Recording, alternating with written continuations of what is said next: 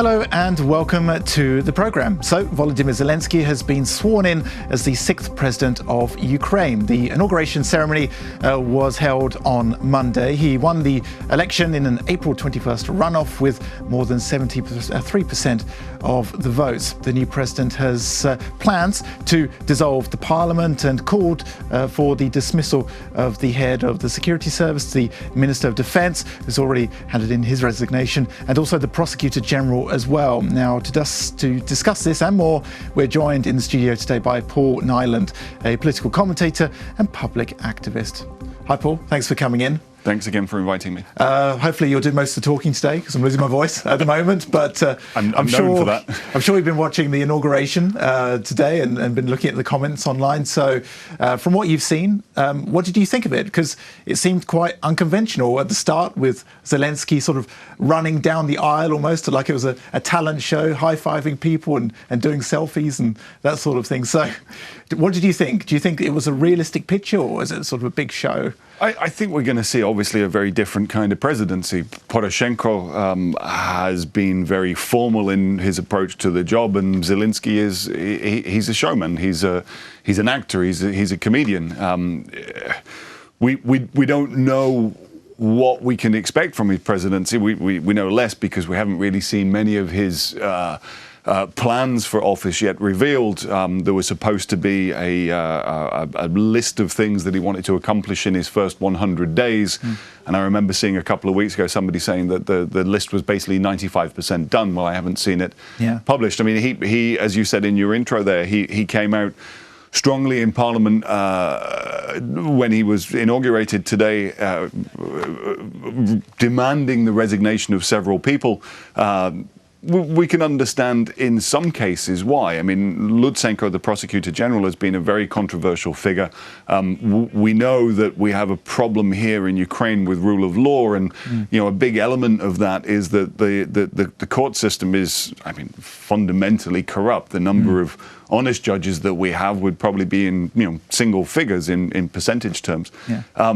But, with the best judges in the world, with the most honest judge sitting in front of a case, if the prosecutor's office hasn't brought a case, if the prosecutor's office has not done enough to investigate people, and this is exactly one of the problems that Ukraine has, is that the prosecutor general's office, headed by Lutsenko, who was an appointee of Poroshenko, they've been very selective in their approach to how they view who they are or are not looking at. And, it was fair to call for Lutsenko's resignation. He hasn't yet resigned, but the defense minister, Vakarchuk, who I think has actually done a fairly good job, he has offered his resignation. I'm not sure about the status of the head of the SBU, but there are problems there as well. And, one of the things with the SBU is an interesting situation. So all senior public servants, let's call them that, right? That's what they're supposed to be. They're supposed to be public servants. All senior public servants in Ukraine are supposed to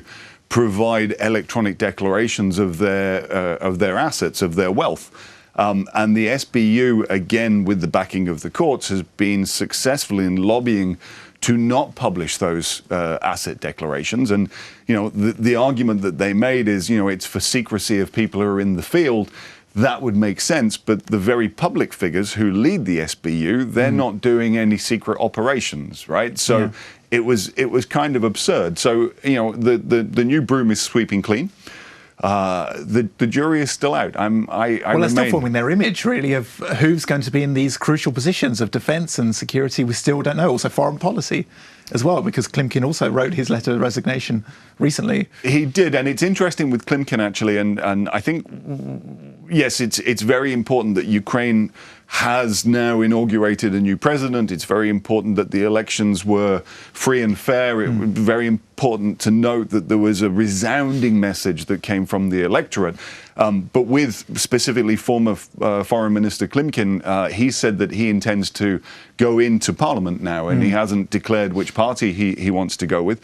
But the next important thing that is going to be happening here is the parliamentary elections, and If Pavlo Klimkin becomes a member of parliament, then I think that's a step in the right direction for Ukraine. He actually really reformed the foreign desk, you could say. He was an absolutely resounding professional in everything that he did.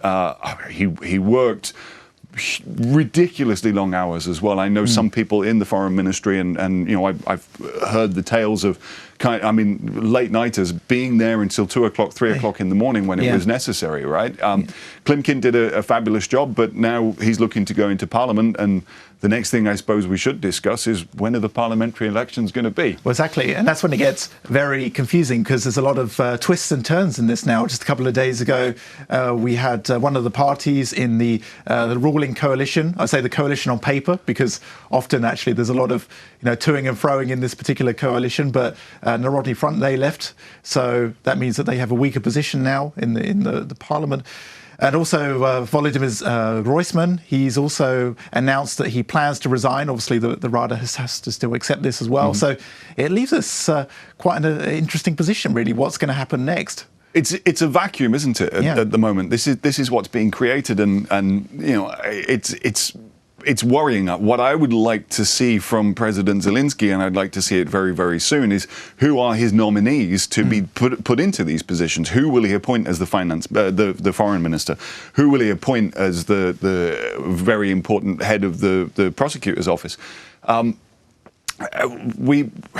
These things remain to be seen, and we just don't know. But the other part of the vacuum, or the other big question mark about the next few months, is when is this parliamentary election going to take place? As we were just saying there, it had been scheduled for October, but with the withdrawal of the People's Front Party, the Narodny Front, there is now a period of 30 days of negotiations to create a new coalition.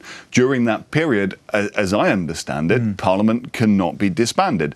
But the reason why that game was played, and it was a technicality, it was known that Zelensky was planning to announce that he was going to dissolve Parliament.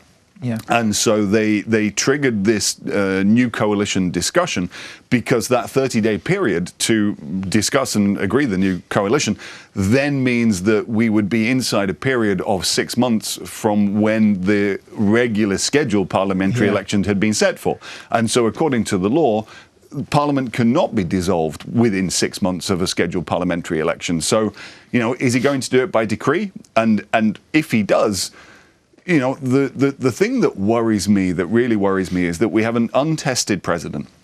We have some, let's say, questionable ties about certain people who are, within his team. And we have balances in Ukraine. So we have a presidency and we have a parliament. And it's quite clear to me that what Zelensky wants to do, I don't think he wants to dissolve parliament for any kind of ideological reason, but he wants to take control of parliament as well at the same time. So having the presidency and the Verkhovna Rada in the hands of the same grouping, who are, some of them are novices to the Ukrainian political scene, that worries me a lot. Yeah. And also what's interesting is that we haven't actually heard much about his party in itself, in the right, nothing at all. And I actually read that it was created back in 2017, I believe, officially by the Justice Ministry. So all this time it's just been sort of dormant. Up until now. But when you say we haven't heard much about the party, that's simply an extension of what we saw in the non-campaign that brought Zelensky to the presidency. We saw very little from him then. The appearances that he made were social media appearances. They were very brief. They were staged. I think when the debate took place in the Olympic Stadium, he only spoke for a matter of minutes throughout the entire debate. But it was enough. It was enough to get him in with a 73%, vote, of the electorate. It was enough to get him into the presidency, and now he's looking to be doing the same thing, I think, with Parliament as well. Perhaps we can expect many more sort of flashy videos and sort of staged scenes in the future. I think what was interesting in his speech also was he talked about and sort of urged Ukrainians who live abroad, not just in sort of the east coast of America and Canada, but all over the world, to come back to Ukraine. because actually many of them left, and a lot of these people actually generate a lot of income for Ukraine at the moment, especially in Poland, for example. There's sort of over 1 million Ukrainians who I think are in Poland. Migrant workers. Yeah, migrant workers. There are two sides to that. One is that he was talking about the migrant workers and people who'd been unable to find employment in Ukraine and asking them to come back. But the other appeal that he made was to the diaspora. So he actually said that there are 65 million Ukrainians, not just the 44 million that are, of Ukrainian birth and living in the country right now, but people of Ukrainian heritage who should be encouraged to come and participate in this next chapter. I thought that was a very positive thing that the president said in his inauguration today. And if we look at some of the very best reformers that we've seen since the Revolution of Dignity, they have come in actual fact from the diaspora. And that includes the current acting health minister, Uliana Suprun, who is a phenomenal person, and she's achieved amazing results in the health ministry. And it also includes the former finance minister, Natalia Yaresko, as well, who was nothing short of superb when she led the ministry. And again, the same thing as I was just saying about Minister Klimkin and the way that he changed the ethos of the foreign ministry, but also the late nights as well. I know that under Yaresko, the candles were burning very, very late in the finance ministry when it was necessary. Because in the speech as well, he also talked about healthcare as well. And that was kind of interesting because he was very negative on the progress that Ukraine, and especially the Ukrainian health ministry, by it seemed he didn't mention it specifically, but he was certainly pointing at the fact that the progress had been sort of very disappointing, but actually there has been a lot of change. There has, and the specific thing that he said actually about healthcare, he said that healthcare reforms are in the minds of some, but anybody who's been to a hospital with their child knows that they haven't taken place. That's very, very unfair. What Acting Minister Suprun has done is she's reformed the structure of Ukrainian healthcare. That's not the same as going into a hospital ward with a bucket of paint and a brush and tidying up the walls or changing the light bulbs or whatever it might be. The structural reform needed to happen, and it is the renovations, it is the upgrading the equipment in the hospitals, purchasing new beds for the hospitals, all those things. These are things that come later on down the line. That's not the first and most immediate thing. The first and most immediate thing was to take a look at the system, look at what was broken, look at best international practices, and introduce a better healthcare system for Ukraine. And Uliana Suprun has absolutely succeeded in doing that. And the country is well on the way to changing the way that healthcare is provided for the citizens here. Yeah, and that's incredibly important. And also, Zelensky spoke about Crimea and the occupied parts of Donbass, and he said that Ukraine shouldn't lose. I think I have to remember what he said, but Ukraine shouldn't lose these territories. They should get them back.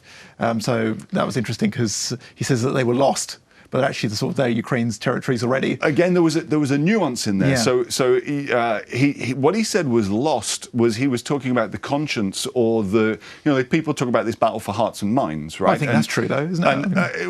Well, what he specifically said was that the Ukrainian government has not been doing enough to be winning the conscience, as in the hearts and minds of the people who are in these occupied territories. And I think there again he was absolutely right. There hasn't been enough outreach. There hasn't been enough broadcasting to the people who are living under Russian occupation, whether it's in Crimea or whether it's in Lugansk or Donetsk. More could have been done. More should have been done. And if he's laying down a marker now, saying that is one of his intentions, then let's see how successful he is. But it's certainly a good.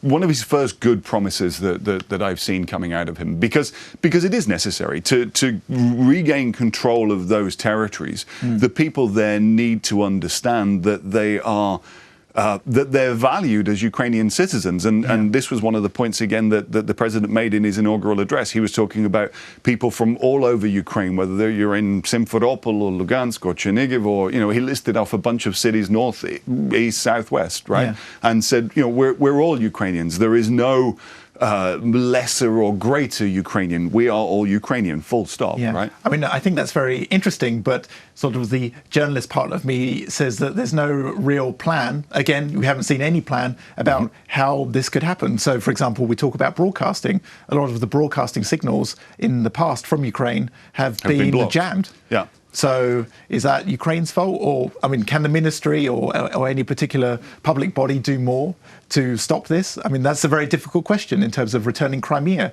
How do you do that? I mean, this is a process that takes a long time. I think in terms of Crimea, what every person involved in Ukrainian politics must say, and what the international community says, is that Crimea is Ukraine. Russia's illegal annexation of Crimea will never, ever, ever in any way become normalized or accepted by the international community or by the Ukrainian body politic either.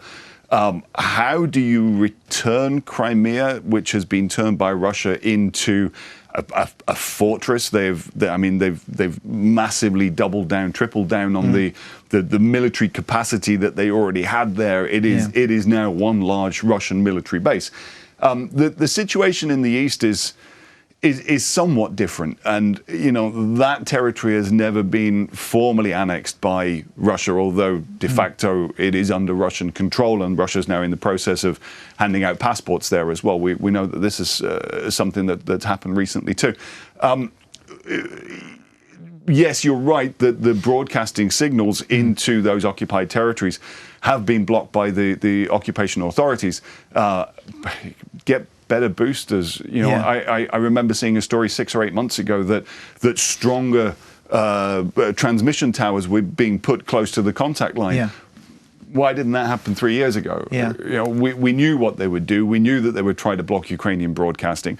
The fact is that a lot of people there receive their information through the internet as well. So, there's other kinds of outreach that could have been put in place much sooner. And again, if President Zelensky has talked now about going after the hearts and minds of the people who are in the Donbass, then that's a good start. Yeah. And hopefully we'll see it happen. Paul, thank you so much for coming in today. Always a pleasure. Thank you very much.